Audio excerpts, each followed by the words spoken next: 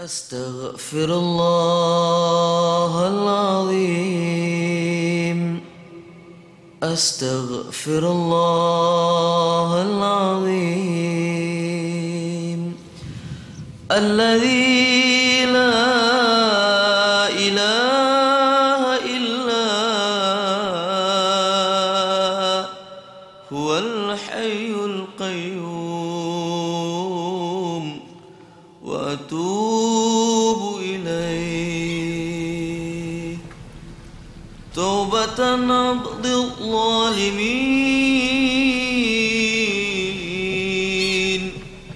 la yamliku li nafsi darran wala naf'an wala mautan wala hayatan wala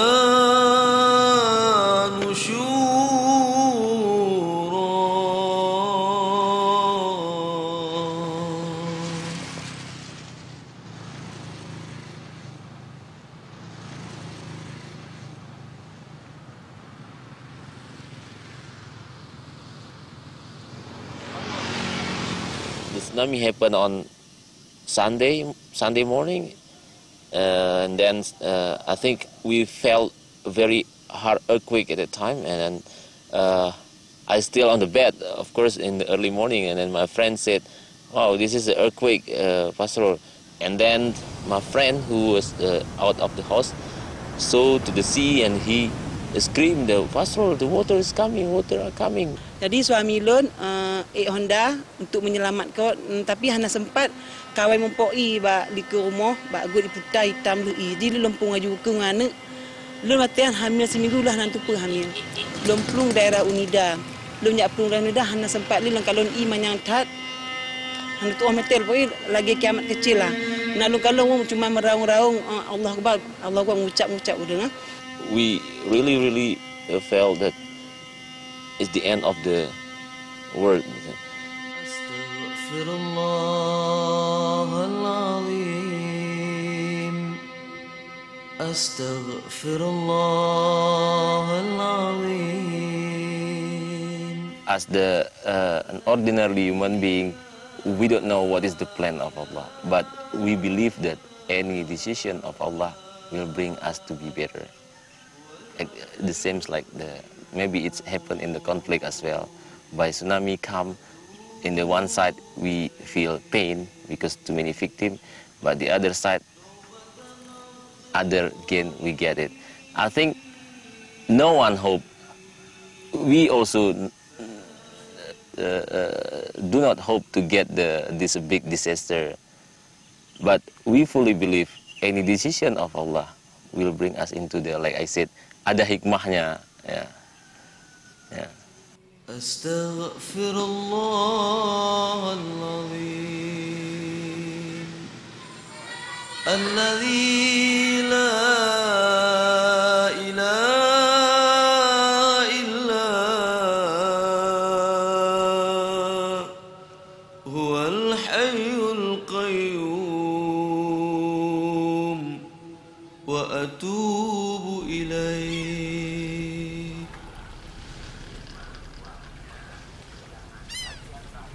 In my opinion, the tsunami is quite good for Aceh, but I don't want to thank the tsunami directly. But we see some positive aspect after the tsunami. Kalau berbicara keterlibatan di dalam konflik Aceh, sejak tahun 1873, seluruh masyarakat Aceh semuanya terlibat dengan konflik. Karena sejak tahun 1873, Aceh berkonflik dengan Belanda. Kemudian sesudah dengan Belanda, dengan Jepang, kemudian dengan Republik Indonesia. Kemudian pasca akhir daripada 70-an ini, tahun 76, tepatnya tahun 76, pada tanggal 4 Desember tahun 76, ini Tengku Hasan Ditiro mendirikan Gerakan Aceh Merdeka atau Free Aceh Movement. Jadi sewaktu beliau mendirikan Aceh Merdeka itu beliau mengembalikan memori orang Aceh kepada sejarah bahwa orang Aceh ini pernah punya negara. Kemudian menunjukkan adanya perlakuan-perlakuan yang tidak baik. Nah, begitu Gerakan Aceh Merdeka ini didirikan pada tahun 76, maka terhadap protes terhadap ketidakadilan antara pemerintah pusat dengan Aceh ini, ternyata pemerintah Indonesia reaksinya sangat berlebihan waktu itu. Mereka melakukan operasi-operasi militer, seluruh aktivis GAM itu ditangkap, kemudian keluarga-keluarga GAM disiksa dan segala macam, sehingga konflik ini bukan bertambah besar, bukan bertambah kecil, tapi konflik bertambah besar. Orang yang sakit hati semakin banyak, korban-korban pelanggaran hak asasi manusia semakin banyak. We have so much natural resources in Aceh, but yet we are the poorest province for 30-something years. So I thought, where all the money gone? Why we have less education than those people in Jakarta or anywhere else in Java? So feeling starts to, I keep asking to myself, what can I do? What can I do for the people? What can I serve them? So, and that makes me more and more wants to get involved in the struggle. And then I've seen a lot of death, kidnaps and torture during my time as an activist during the conflict time. They just forced me to follow them, and then they tied my hand back, and they also clap and kick my head and everything. They also put a small the ember from cigarette to my ear. One thing amazing at that time, I never say my prayer. I just give up.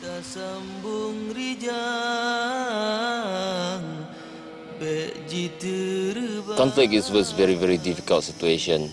I think if you ask everybody, will say the same.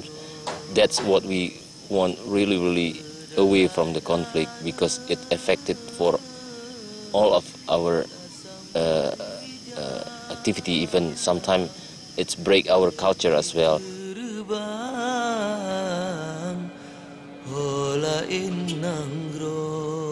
Kamu di kampung masa konflik kan sangat merasa ketakutan.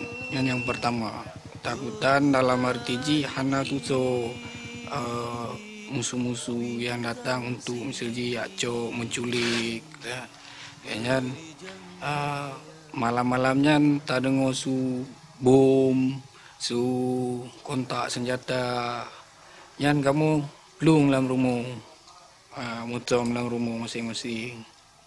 Tengok duduk, tengok mangat duduk untuk di warung kopi, tiba-tiba pukul 8, pukul 10 malam, kabur tu, belum bak rumah masing-masing. Nah, jadi yang korban adik Lun sendiri, adik kandung Lun. Dah nak tepu pakon kenong adik Lun. Tengok main-main jadi ka kenong timbak jangan hanai puo. Malam-malam ji bawa acok lah adik Lun. Jadi lah hana tahu pakon adik dia cak hana tepu Lun.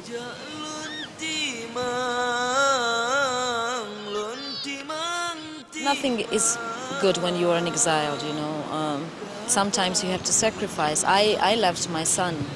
I left because I work undercover as an interpreter for journalists, and that I'm also giving information to the independence fighters. So my life was in really great danger, and my house was raided, and I was become, the top of the list of people that they were looking for. So Menyonah fitnah kurang menang tenternya icok. Kadang-kadang menyonah pariksa urangnya dipuah balik. Memang kadang-kadang hana mepat.